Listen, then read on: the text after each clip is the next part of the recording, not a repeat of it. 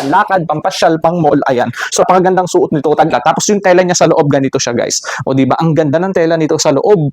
Grabe, sobrang ganda ng jacket na to, pero ang mas maganda dito guys, sobrang mura nyo lang mabibili. Nasa 200 plus lang yan guys, imagine wala pang 300, ganito siya kaganda. Marami pang available color. So mayroon siyang dalawang bulsa dito guys, and the zipper na yan dito. Ang gandang pamporma nito sa totoo lang, panlakad, pampasyal, pang mall, ayan. So may tali siya dito, at ito naman siya sa likod, sakto yung haba sa akin. May hood na rin siya guys, oh may hood. Diba? So pag maulan, iwas hindi mababasa yung ulo mo. Ang ganda guys, napakagandang suot nito. Tag-init, tag-ulan, pwede, kailangan natin to. Ang ganda, saktong-sakto, sobrang nagandahan ako sa kulay. So para sa akin ang ganda ng kulay na to. Kung gusto niyo din guys, maraming available color kung ayaw niyo naman ng ganitong klase ng kulay.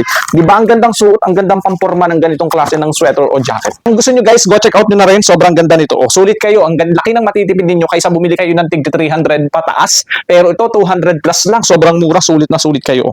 Ang kapal pa ng tela. Tapos yung tela niya sa loob ganito siya guys. O 'di ba? Ang ganda ng tela nito sa loob.